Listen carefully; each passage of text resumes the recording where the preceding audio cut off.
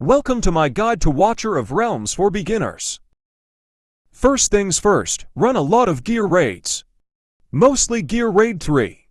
That's how you get a lot of soul-bound arcana. Also save your blue summoning crystals and diamonds for stuff you really need. The content creators, such as Fastidious, Prospector, and my personal favorite, Destin, can help decide what summoning events to skip and which to summon on. Now, a few things about gearing your heroes. For the ground damage units, also known as fighters and some tactical mastery, you want to mainly focus on attack gear and critical rate. You don't need to worry about critical damage until a little later in the game. For tanks, otherwise known as defenders, you would prioritize HP bonus and defense bonus.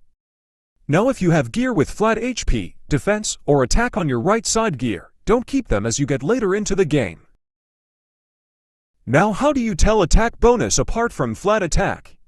Well, it's simple. Attack bonus gives a certain percent of the hero's base attack, and flat attack adds a small amount of extra attack. Attack bonus can only be a main on right side gear. So now there are two other things we have to get into. First, what is base attack? Well, base attack is the hero's attack before you put gear on them. Remember that piece I showed you earlier? Well, 66% of 5,472 is way more than 970.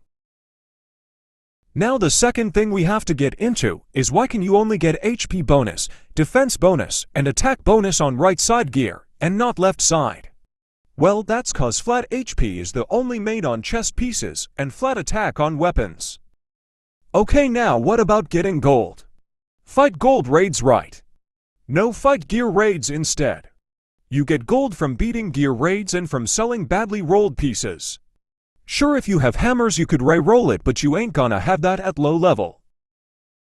Speaking of gear raids, how do you beat each one? Well, let's figure that out in the next video. If you enjoyed, please consider liking.